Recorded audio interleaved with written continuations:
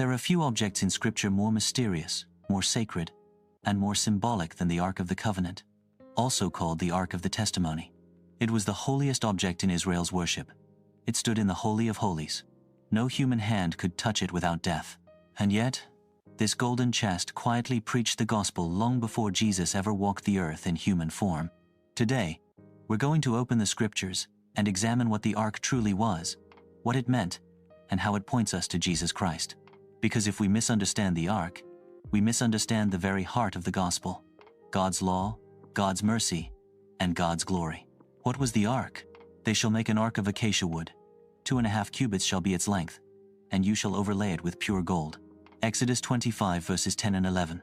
It was a chest made of acacia wood, overlaid inside and out with pure gold. It had 4 gold rings for carrying poles, because no one was to touch it directly. Why acacia wood? Acacia is hard and incorruptible, a picture of the sinless humanity of Christ. Why gold? Gold represents divinity and royalty. Together, wood and gold symbolize the God-man, Jesus Christ, fully human, fully divine. The Ark has 2 titles: Ark of the Covenant, Aron HaBerit, and Ark of the Testimony, Aron HaBedut. Why 2 names? Covenant emphasizes the relationship, a sacred bond between God and his people. Testimony emphasizes the witness. The stone tablets, the law, placed inside the Ark, were the written testimony of God's holy standard. One name highlights intimacy, the other accountability. So even the name of the Ark teaches us God is both a covenant-keeping Father and a righteous judge. What was inside?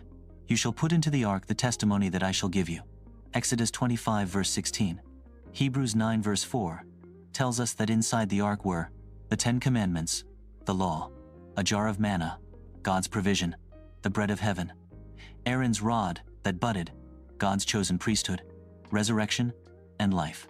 These were not random items. The law condemned us. The manna reminded us of our dependence on God. The rod reminded Israel of the rebellion that God judged. These items showed us why we need mercy. And that leads us to the most important part, the mercy seat, where judgment and grace met. And you shall make a mercy seat of pure gold, and I will meet with you there. Exodus 25 verses 17 and 22.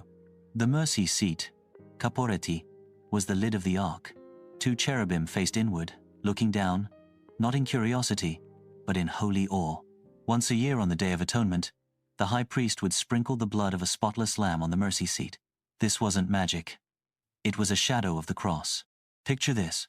Inside the Ark, the law that we broke. Above the Ark, holy God,